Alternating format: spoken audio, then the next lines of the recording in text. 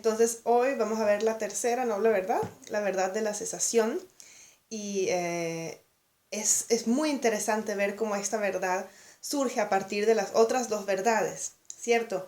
De cómo cuando vamos razonando, cuando vamos tratando de entender dónde estamos y qué debemos hacer, el Buda las explicó en ese orden porque primero hay que entender el sufrimiento y luego de que entendemos el sufrimiento podemos pasar a preguntarnos, al igual si tuviéramos una enfermedad, ¿cuál es la causa de este sufrimiento?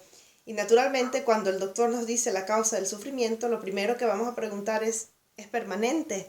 ¿Se puede eliminar este sufrimiento? ¿Cómo puedo eliminar la causa de este sufrimiento? Entonces, con respecto a la primera pregunta, ¿se puede eliminar? ¿Es posible curarme?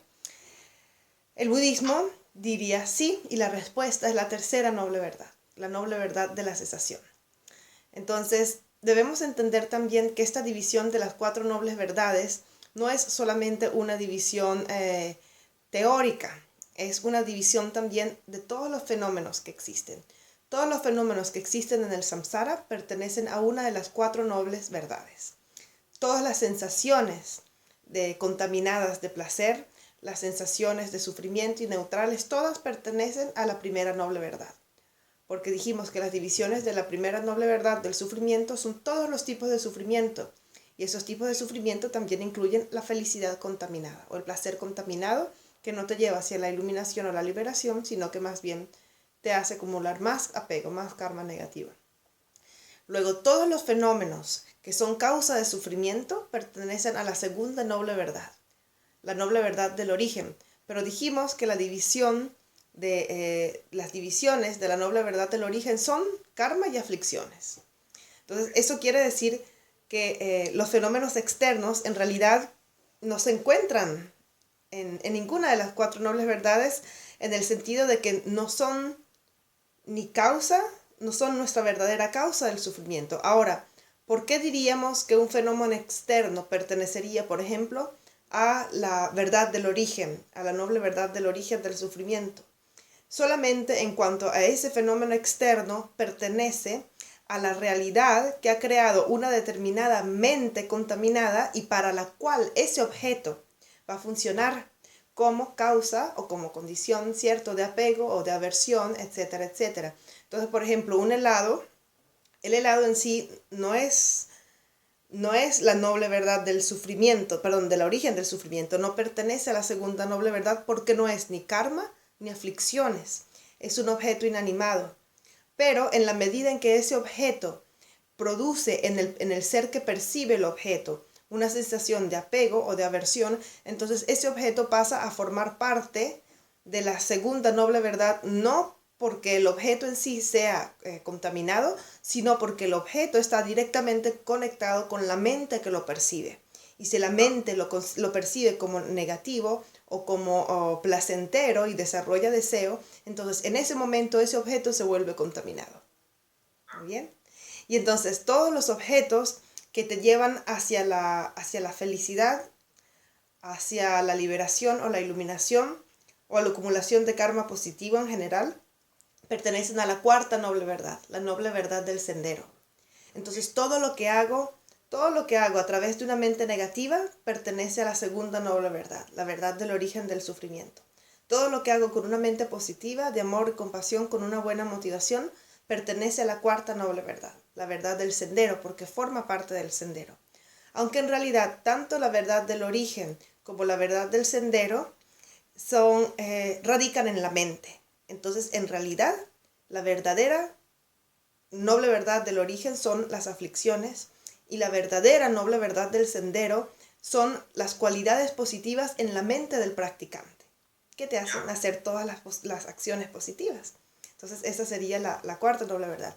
Y todo lo que es realidad última pertenece a la tercera noble verdad, que es la que vamos a ver hoy. Es decir, todas las vacuidades. Todo lo que es vacuidad, todo lo que es cesación. También porque esta tercera noble verdad, la noble verdad de la cesación, es un fenómeno negativo, en el sentido de que no se trata de algo que se obtiene, sino de algo de lo cual uno se deshace. Y es que uno cesa ¿cierto? Cesa, en tibetano kokpa, cesa la producción de karma y de aflicciones. Uno se vacía del karma y las aflicciones. Y uno permite que salga a la luz nuestra verdadera naturaleza, que es la naturaleza búdica. Y también forma parte de la presentación de la tercera noble verdad. Entonces, esta verdad de la cesación es un fenómeno negativo, porque más que un haber, es un no haber, una no existencia intrínseca, que es la vacuidad, o una ausencia de aflicciones y de karma, que es la cesación. Entonces, es un fenómeno muy interesante, porque es al mismo tiempo el objetivo último, pero al mismo tiempo no es un producto. Porque un fenómeno negativo no puede ser un producto, ¿cierto? Técnicamente, según la filosofía budista, los fenómenos negativos son no compuestos. Entonces, al ser no compuestos, quiere decir que son permanentes. Y un fenómeno permanente no puede ser un producto, porque un producto debe necesariamente ser la transformación de su causa. Entonces nos encontramos en un punto muy particular, muy especial. La tercera noble verdad es más un no haber que un haber. Es más un vaciar que un llenar. ¿Por qué? Porque tenemos la naturaleza búdica. Entonces la presentación de la naturaleza búdica forma parte de la presentación de la tercera noble verdad, o verdad de la cesación. ¿Y por qué? Porque si fuéramos al doctor, esta sería la parte donde el doctor nos explica por qué nos podemos curar, por qué esta enfermedad no es permanente y por qué nuestro estado de salud natural puede totalmente volver a la normalidad. Es decir, nos encontramos en un estado anormal.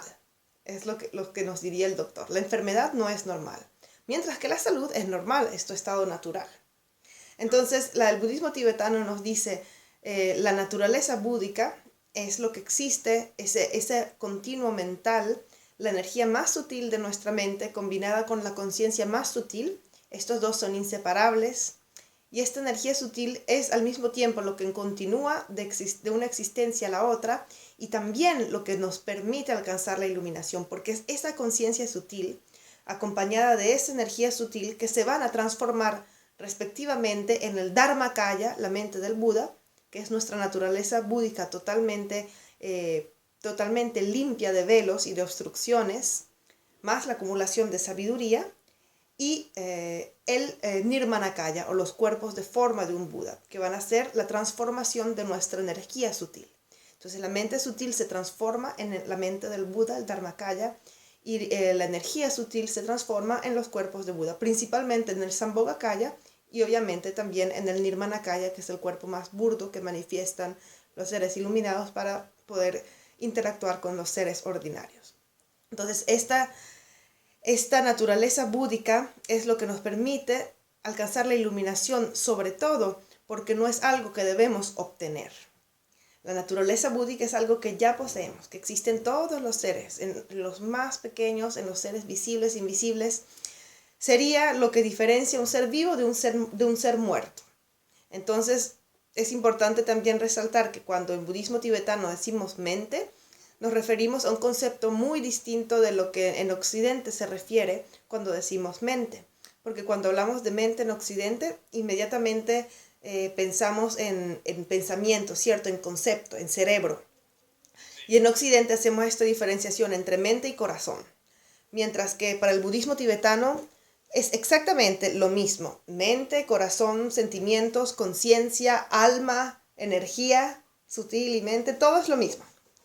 Entonces, cuando decimos mente, no nos referimos al pensamiento, al cerebro, sino a la cualidad de percibir, la capacidad de percibir, lo que nos transforma en sujetos. Y para el budismo tibetano ese no solo se encuentra en nuestra cabeza, se encuentra en todas nuestras conciencias, en todo nuestro cuerpo, en todos nuestros sentidos, e incluso podría encontrarse fuera de nuestro cuerpo. Entonces la mente, cuando me refiero a mente, me refiero a esto. Y la naturaleza búdica es el tipo de mente más sutil. En sánscrito es Tathagata Garbha, y quiere decir también el continuum sublime, aquello que continúa y no se interrumpe desde un principio y no tiene final, no tiene principio, no tiene final. Y es la sucesión instante tras instante de sí mismo. Entonces la naturaleza búdica es su propia causa. Continúa. El budismo no cree en un alma o una naturaleza búdica o una conciencia que existe porque se separa de una conciencia más grande, como la de un Dios creador, o el Atman, como sería en el hinduismo. El budismo no cree en esto, piensa que todas las conciencias, todas las naturalezas búdicas son individuales, pero por ser en esencia exactamente iguales, son una a la misma vez.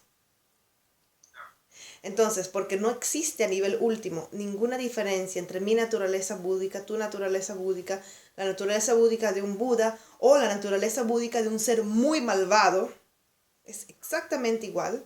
Entonces, en ese sentido, a nivel último, somos todos exactamente iguales.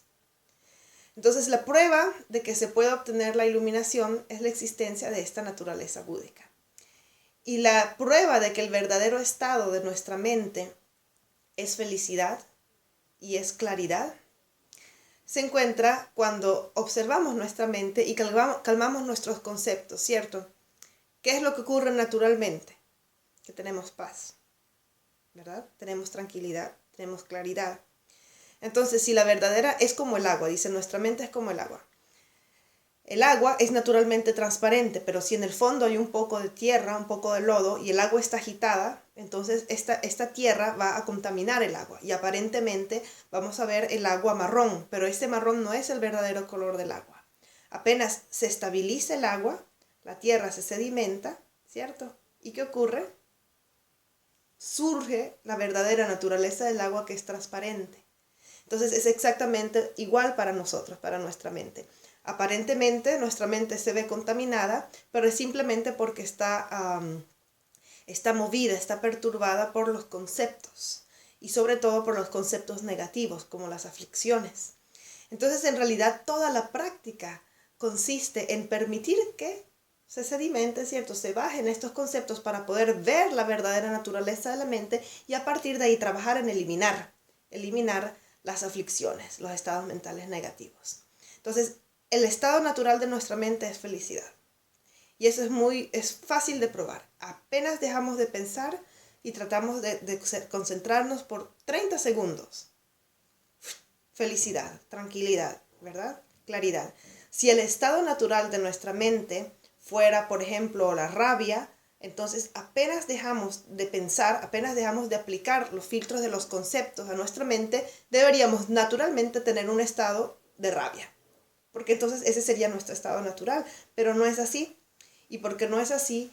Porque cada vez que calmamos las capas superficiales de los pensamientos, que son todos los conceptos, los pensamientos burdos, nuestra mente vuelve a su estado natural de tranquilidad y de claridad. Eso es una prueba, se utiliza también en el debate en tibetano para demostrar que esa naturaleza es nuestro verdadero estado, que ya somos naturalmente felices, que lo que tenemos que hacer es permitir a nuestra mente volver a su estado natural y ser feliz, y que nosotros mismos somos los que nos estamos haciendo infelices, no permitiendo que se manifieste el verdadero estado natural de la mente.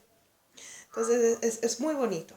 Este es el primer punto tan importante de la verdad de la cesación, y es: la cesación es posible porque ya tienes la semilla que necesitas, ya tenemos la naturaleza búdica.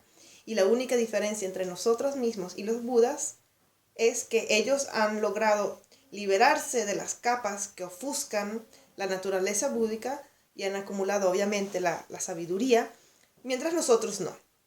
Nosotros seguimos ofuscados. El primer punto de la verdad de la cesación es la naturaleza búdica. Y tener naturaleza búdica quiere decir que nos podemos iluminar. Por eso, cuando uno toma el voto de refugio en el budismo, es tan importante no matar ningún ser viviente, porque todos los seres vivientes tienen la naturaleza búdica. Todos ellos podrían volverse budas, incluso antes que nosotros, ¿cierto? Claro, porque estamos en una, como dice Yetsuma Tenzin Palmo, es una gran maestra. Ella dice siempre que nuestra vida presente es como una diapositiva de una película. Entonces, si vemos solo la diapositiva, no podemos entender la película entera, ¿cierto? Pero cuando obtenemos la visión de toda la continuidad de nuestras vidas pasadas y futuras, entonces es como si todo adquiriera mucho más sentido. Entonces, lo que aparece hoy no necesariamente era así ayer y no necesariamente será así mañana. Entonces cualquier ser viviente, por el simple hecho de poseer la naturaleza búdica, incluso puede haber sido un gran practicante en la vida anterior, pero puede que haya tenido un karma que en esta vida simplemente tenga que eliminarlo y nacer de esa manera. Además, hay muchos bodhisattvas y budas que podrían manifestarse también en forma de seres, de animales, incluso de fenómenos naturales, ¿cierto? Entonces no podemos saber, y por eso también hay tantos preceptos e instrucciones en el budismo sobre respetar a los practicantes también, ¿cierto? Respetar a los seres. Y para el budismo mahayana todos los seres son nuestras madres también. Entonces no solo tienen naturaleza búdica, sino que han sido infinitamente amorosos hacia nosotros desde un tiempo sin principio. Entonces, importantísimo naturaleza búdica. Y luego vamos a hablar de el otro aspecto de esta verdad de la cesación, y son las divisiones de la noble verdad de la cesación. Y puede haber distintas divisiones, siendo que la verdad de la cesación, la cesación del sufrimiento, se corresponde directamente a la vacuidad, es decir, la vacuidad es la noble verdad de la cesación. Podríamos decir que existen dos tipos de cesación con respecto a los tipos de vacuidad que existen. Entonces, en términos de vacuidad, el budismo tibetano se mencionan la vacuidad de los fenómenos y la vacuidad de la persona. Es decir, la vacuidad del sujeto que está pensando y la vacuidad de los objetos y los sujetos que rodean a ese sujeto. Entonces, la vacuidad de mí mismo, la vacuidad de mi propia mente, es lo que llamamos también la ausencia de yo, o la ausencia de yo de la persona. Y este es el objetivo principal, el objeto principal de meditación de las escuelas Hinayana. Ellos meditan y analizan fundamentalmente la ausencia de yo de la persona, la ausencia de yo, de un yo que verdaderamente existe dentro del cuerpo y dentro de la mente, dentro de los agregados en general. Mientras que cuando hablamos de la ausencia de yo de los fenómenos, se refiere a la inexistencia intrínseca o la vacuidad de todos los fenómenos excepto el que está pensando, excepto el observador. Y para las escuelas mahayana esto es fundamental porque la vacuidad no es tan solo percibir la ausencia de mí mismo, sino ver que de la misma manera en que yo no existo de verdad, de igual manera todos los fenómenos tampoco existen verdaderamente. Y este es un punto muy importante también en la diferenciación de la filosofía madhyamika con las filosofías hinayana, y es que para la filosofía madhyamika de la escuela de la vía de medio, ni siquiera la cesación existe a nivel último. Todo existe a nivel temporal o en relación al observador o a otros fenómenos. Entonces, tenemos esta división, la división de la persona, la ausencia de yo de la persona, o la cesación, la vacuidad de la persona y la vacuidad de todos los fenómenos externos. Para la escuela madhyamika, estas dos en realidad son lo mismo. No son vacuidades distintas, sino que lo único que cambia es la base de observación. Si te observas a ti, es la vacuidad del yo. Si observas a los fenómenos externos, la vacuidad de los fenómenos. Y ni siquiera deben ser necesariamente externos, podrían ser también sensaciones corporales, por ejemplo. Entonces, esta es la primera división. Luego tenemos una segunda división de la vacuidad, aunque a veces en debates se argumenta que no puede haber divisiones de la vacuidad, porque la vacuidad es un fenómeno negativo no se puede dividir. Pero desde el punto de vista conceptual y de cómo observamos, ¿cierto?, este fenómeno desde nuestra conceptualidad, porque nosotros estamos pensando en conceptos, se puede hablar de la vacuidad natural y la vacuidad obtenida. Entonces, la cesación natural es la ausencia de existencia intrínseca que tienen todos los fenómenos. Esta sería la verdad de la cesación natural. Natural, ¿por qué? Porque está ya permanentemente presente en todos los fenómenos, animados, inanimados, todos son la verdad de la cesación. Nosotros mismos somos la verdad de la cesación en el sentido de que nosotros no existimos de verdad, somos carentes de existencia intrínseca. Y luego la verdad de la cesación, que es un resultado, a pesar de que la cesación técnicamente es un no resultado porque es un fenómeno negativo, La verdad de la cesación obtenida se refiere al eliminar las aflicciones y obtener, obviamente, la cesación total, que podría ser, por ejemplo, el estado de arhat o la iluminación. Entonces, ese es otro tipo de cesación. Una, la cesación natural que existe en todos los fenómenos, y otra, la cesación que es el resultado de la práctica. Y es siempre, es siempre un fenómeno negativo, pero se llama resultado de la práctica en comparación con la no cesación, que es la acumulación, ¿cierto?, de aflicciones y de karma. Entonces, ese vacío de que antes había karma y aflicciones y luego no lo hay, ese cambio, esa cesación, también es lo que llamamos cesación producto de la práctica. Entonces, ese sería un segundo tipo de cesación. Luego tenemos otro tipo de la verdad de la cesación, otro tipo de división, y es la noble verdad de la cesación simbólica y la cesación definitiva. Entonces, técnicamente, cuando se estudia, hablamos de una cesación simbólica cuando el practicante, primero que nada, es un ser ordinario. Ser ordinario quiere decir que no ha obtenido el tercer sendero, que es el sendero de la visión. Entonces, quiere decir, una persona que no ha percibido la vacuidad directamente, todas las prácticas que llevan hacia la eliminación de las aflicciones del continuo mental de esa persona, antes de que perciba la vacuidad directamente y sin conceptos, son también cesación, porque se está liberando, está eliminando algo. Entonces, esa eliminación de aflicciones, que en realidad técnicamente cuando se trata de un ser ordinario, es decir, que no ha percibido la realidad directamente, más que una eliminación se llama un debilitamiento, un debilitar la aflicción, porque todavía no ha logrado cortar la raíz, pero lo está disminuyendo su rabia. El practicante, a pesar de que no haya visto directamente la vacuidad, ha disminuido su rabia, disminuido, por ejemplo, sus acciones dañinas, disminuido su apego, su aversión, disminuido su ignorancia, porque a través de los conceptos también estamos eliminando ignorancia. Entonces, todos estos tipos de aflicciones, ignorancias de los cuales nos estamos no totalmente liberando, porque hasta que no percibamos directamente la vacuidad va a quedar la semilla. Entonces, la semilla está, pero nosotros hemos disminuido la manera en la cual se manifiestan estas acciones negativas gracias a nuestra práctica. Esto se llama la cesación simbólica, técnicamente. Cesación simbólica o un signo de cesación. También se podría traducir como signo de cesación. Que uno se está acercando, están disminuyendo las aflicciones y por consiguiente disminuyen las acciones negativas, por consiguiente disminuye el karma. Entonces estamos cesando nuestro karma, nuestro sufrimiento, pero aún no está eliminado. Por eso se dice simbólico, porque a pesar de que evidentemente se ha manifestado una cesación, una disminución de los estados mentales negativos, la semilla sigue allí latente. ¿Y cuándo se transforma en la cesación definitiva?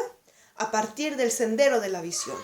Cuando un practicante entra en el tercer sendero y percibe directamente la vacuidad de manera no conceptual, en ese momento comienza a manifestarse en su continuo mental la cesación definitiva, porque con cada uno de los senderos que tenemos y de los terrenos entre la visión y la meditación, antes del sendero de no aprendizaje, recuerdas que hemos estudiado estos 5 senderos, ¿cierto? Y los caminos.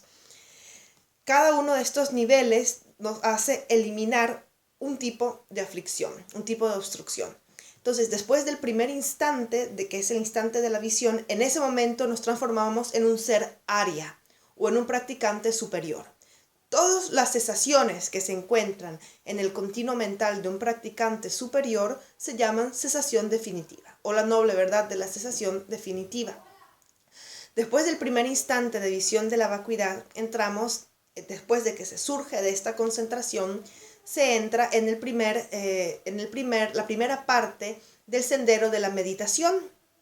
Y el sendero de la meditación, no sé si recuerdas, está dividido también en 9. Y en realidad estos 9 no son más que 3 divisiones en 3. 3 grandes, 3 medias y 3 pequeñas. Eso quiere decir que al principio se abandonan la cantidad de aflicciones que se abandonan es grande, luego media y luego muy pequeña, muy sutil. Y a la vez cada uno de estos 3 tipos está dividido en 3. Entonces tenemos el veneno o la aflicción grande del grande, luego el medio del grande, luego el pequeño del grande, luego el grande del medio, el medio del medio, el pequeño del medio, el grande del pequeño, el medio del pequeño y el pequeño del pequeño, que es la aflicción más pequeñita del último terreno antes de obtener la iluminación. Y lo más sutil, como la última huella kármica de aflicción que queda en un bodhisattva del último terreno, pues que ya es prácticamente un Buda. Y simultáneamente, con estos 9 ciclos, tenemos los 9 ciclos del antídoto. Entonces los ciclos aflictivos son exactamente opuestos a los 9 ciclos del antídoto, porque el antídoto, en vez de empezar por el grande del grande, empieza por el pequeño del pequeño, y luego el medio del pequeño, luego el grande del pequeño, el pequeño del medio, el medio del medio, el grande del medio, el pequeño del grande, el medio del grande y el grande del grande, que es el último antídoto. ¿Por qué? Para eliminar el antídoto, el veneno más pequeño, necesitamos el antídoto más grande. Es porque para la última traza de ignorancia necesitamos aplicar toda la increíble sabiduría, toda la sabiduría total. Y muchas veces los maestros lo explican de una manera muy clara y dicen que es como lavar la ropa.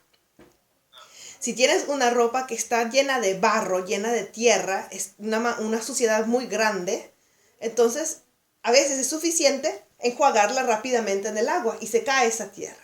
Pero cuando tienes una ropa, una tela que tiene una mancha pequeñita pero fuerte, como una mancha de bolígrafo, de marcador, esa mancha pequeñita hay que frotar y frotar y frotar y frotar y frotar, ¿cierto? Para que se vaya. Entonces hay que aplicar mucho esfuerzo en eliminar la última semilla de aflicción, más que en eliminar las aflicciones burdas que basta un instante de vacuidad para que se erradiquen.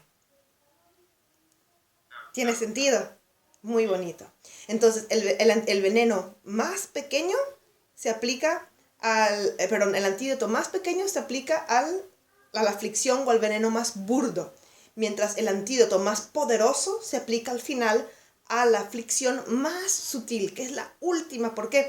Porque esa última aflicción, esas últimas huellas de aflicción son lo último que quedan después de haber aplicado todos los demás terrenos. Entonces está muy radicado en nuestro continuo mental. Y eso último es al que se le aplique el antídoto grande del grande, y a partir de ahí, después de ese segundo, es el sendero de no aprendizaje o la cesación. Luego tenemos otro tipo de cesación, otro tipo de divisiones, que es la vacuidad de los fenómenos y la vacuidad de la mente que percibe los fenómenos. Esto se parece mucho a la vacuidad del yo y a la vacuidad de los fenómenos. Solo que cuando hablamos de la vacuidad de la mente que percibe los fenómenos, es el objeto último de observación para percibir la vacuidad. ¿Por qué?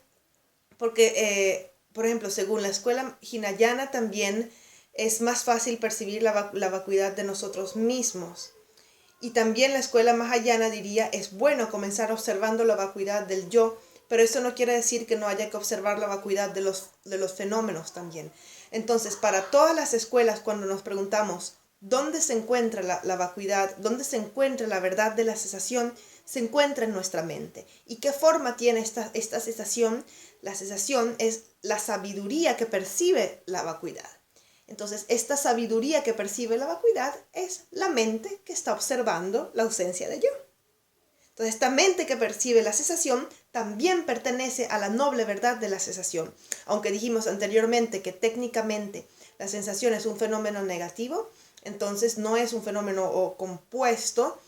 También la vacuidad, la percepción de la vacuidad que se encuentra en el continuum de un practicante, eso también es la noble verdad de la cesación. Porque ¿dónde se encuentran los fenómenos sino en nuestra mente? ¿Cierto? Entonces, incluso la verdad de la cesación, aunque la cesación en sí es un fenómeno no compuesto, la mente que observa la noble verdad de la cesación se convierte en la noble verdad de la cesación misma, porque es su aspecto. ¿Qué aspecto si no tiene una mente que percibe la inexistencia intrínseca? Tiene un aspecto de inexistencia intrínseca, ¿cierto? No puede ser indivisible de su objeto de su observación. Entonces, ese es otro tipo de división. La vacuidad en sí como objeto de observación y la mente que observa la vacuidad como el continuo mental del practicante que posee la sabiduría que percibe un tipo de vacuidad, cualquier vacuidad. Muy bien. Y por eso esta vacuidad, esta mente, esta gran sabiduría que percibe la vacuidad es lo que llamamos la madre de los Budas. Y es lo que llamamos también Prajnaparamita, o perfección de la sabiduría. Entonces, cuando por ejemplo estudiamos el Parchin, perfección de la sabiduría en el budismo tibetano, al principio se hace siempre se recita un verso donde se recuerda a la gran madre como la madre de los tres, la madre de los bodhisattvas, la madre de los budas, de los pratika budas y de los shravakas. Entonces, son los dos tipos de practicantes hinayana, los oidores y los buscadores solitarios, o los realizadores solitarios. Esos son dos tipos de practicantes hinayana. Y luego tenemos un tipo de practicante mahayana que obviamente es el bodhisattva. Entonces la madre de los tres es el bodhisattva que se transforma en Buda, mientras los otros dos se transforman en Arhat. Es la sabiduría que percibe la vacuidad. Y es muy bonito también esta explicación como la dan los maestros tibetanos, porque dicen que la madre es lo que es común a todos, mientras que el padre es el que daría el linaje. Igual que como en la antigua India, el que determinaba la casta del hijo era el padre, no la madre. De la misma manera se podría aplicar a la vacuidad y a los tipos de practicante. Entonces la madre, que es la vacuidad, tanto de los fenómenos como del yo, porque para la filosofía madhyamika no hay ninguna diferencia. Entonces esta realidad última es la gran madre. ¿Por qué? Porque de ella, de esta sabiduría, nacen los arhats, nacen los pratikebudas y los shravakas. Y también de la misma sabiduría de la vacuidad nacen los budas, los bodhisattvas que se transformarán en budas. Mientras que el padre del vehículo mahayana, el que da el linaje, determina el linaje, en el caso del mahayana sería la compasión, la bodhicitta. Porque eso es lo que determinaría que la persona pudiera completar la acumulación de mérito y sabiduría hasta obtener el estado de Buda. Entonces sería como que los practicantes hinayana y mahayana son medio hermanos. Ambos hijos de la vacuidad, de la sabiduría que percibe la vacuidad, pero con la diferencia que el linaje mahayana tiene un padre distinto y es la compasión, o el método, o la bodhicitta. En el caso del linaje hinayana se discute a veces en el debate cuál podemos poner como padre, ¿cierto? Para el linaje hinayana. Y algunos dicen la renuncia, pero para el budismo mahayana también es necesaria la renuncia. Entonces no sería totalmente correcto. Entonces, justamente por esta división pasamos a la última división de la noble verdad de la cesación, que es la cesación hinayana y la cesación mahayana. Es decir, el estado de Arhat y el estado de iluminación, o la obtención de los tres cuerpos de Buda. Entonces, la cesación mahayana consiste en la liberación individual y es literalmente la eliminación de todo el karma. Eliminación de todo el karma y toda la ignorancia. La no creación de karma futuro y la no proliferación de aflicciones. Entonces se elimina, se acaba el karma, no queda más ninguna razón para renacer en el samsara. Se eliminan las aflicciones, a pesar de que no se tiene omnisciencia, no se posee tampoco ignorancia. Y esto es muy importante porque ¿recuerdas cuando dijimos que la sabiduría, la percepción de la vacuidad es idéntica para un practicante hinayana o mahayana? Es exactamente la misma, es la madre de los dos. Entonces no podemos decir que un arhat posee ignorancia. Podemos decir que un arhat posee desconocimiento de la totalidad de los fenómenos, pero esa no es una ignorancia aflictiva. ¿Recuerdas cuando vimos los tipos de aflicciones? Que teníamos la ignorancia aflictiva y el mero no saber. Entonces, el mero no saber no es necesariamente una causa de aflicción. En el caso de los arhats, ellos se han liberado de la ignorancia aflictiva, que se define como la ignorancia que percibe de manera errada la realidad, o que toma como inexistente un fenómeno que existe, o como existente un fenómeno que no existe, en el caso de todos los fenómenos, ¿cierto? Que parecen verdaderamente existentes, pero no lo son. Esa ignorancia el arhat ya no la tiene. Tiene solamente un desconocimiento de la totalidad de los fenómenos porque no ha alcanzado la omnisciencia, porque no ha completado simplemente la acumulación de mérito. Entonces, la sabiduría última de un Buda es exactamente igual a la sabiduría última de un Arhat. En cuanto a la cesación Mahayana, es la iluminación o tener los 4 cuerpos de Buda. Y esto consiste, obviamente, igual, la madre es la misma, la gran madre, la madre de la vacuidad, mientras que el padre es la compasión. Entonces, gracias a la compasión, en el budismo tibetano se completa la acumulación de mérito en relación a la realidad convencional, es decir, relacionarnos con los demás. Generosidad, paciencia, ética, esfuerzo. Entonces, todo esto relacionado con la realidad convencional es la parte del padre, la parte del método.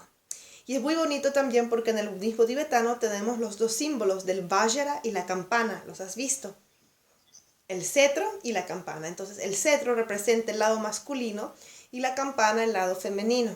El cetro es el método y la campana es la vacuidad, la sabiduría de la vacuidad. Por eso también está vacía.